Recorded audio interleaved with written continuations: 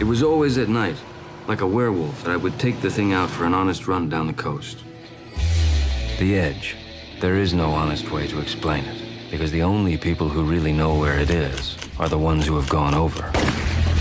He was a reporter with a wild imagination. He was not afraid to express himself in sometimes shocking ways. I'm not at all embarrassed at the use of the word freak. Fear and Loathing in Las Vegas. It starts off like a rocket. That was mad genius. Ralph, when he first met Hunter, he'd never done any drugs. He loses it. Hunter always had to have a running crisis. Move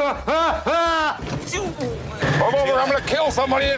Hunter saw guns as one of the great things in life. He liked the noise and the violence and the destruction. I think he was important in a literary way and also in a political way. Hunter was in Chicago, right in the midst of the gas and the beatings. I came with the idea that he should move to Washington and become a full-time correspondent. When he showed up at the campaign, no one knew who he was until he started publishing. Then all hell broke loose.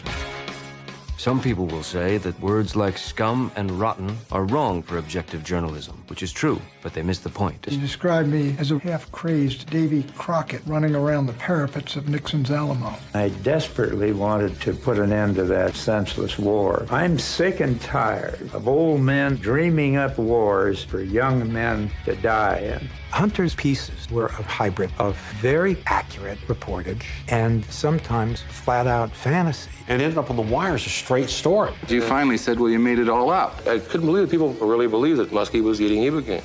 I never said he was. I said there was a rumor in Milwaukee that he was, which was true, and I started the rumor in Milwaukee. I think he captured certain truths about human perversity. I don't think that anybody can be surprised that we find ourselves in the nightmare we're in today because it's the same as the nightmare he described back then.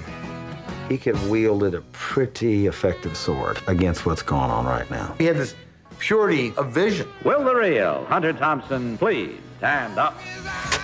To see the light.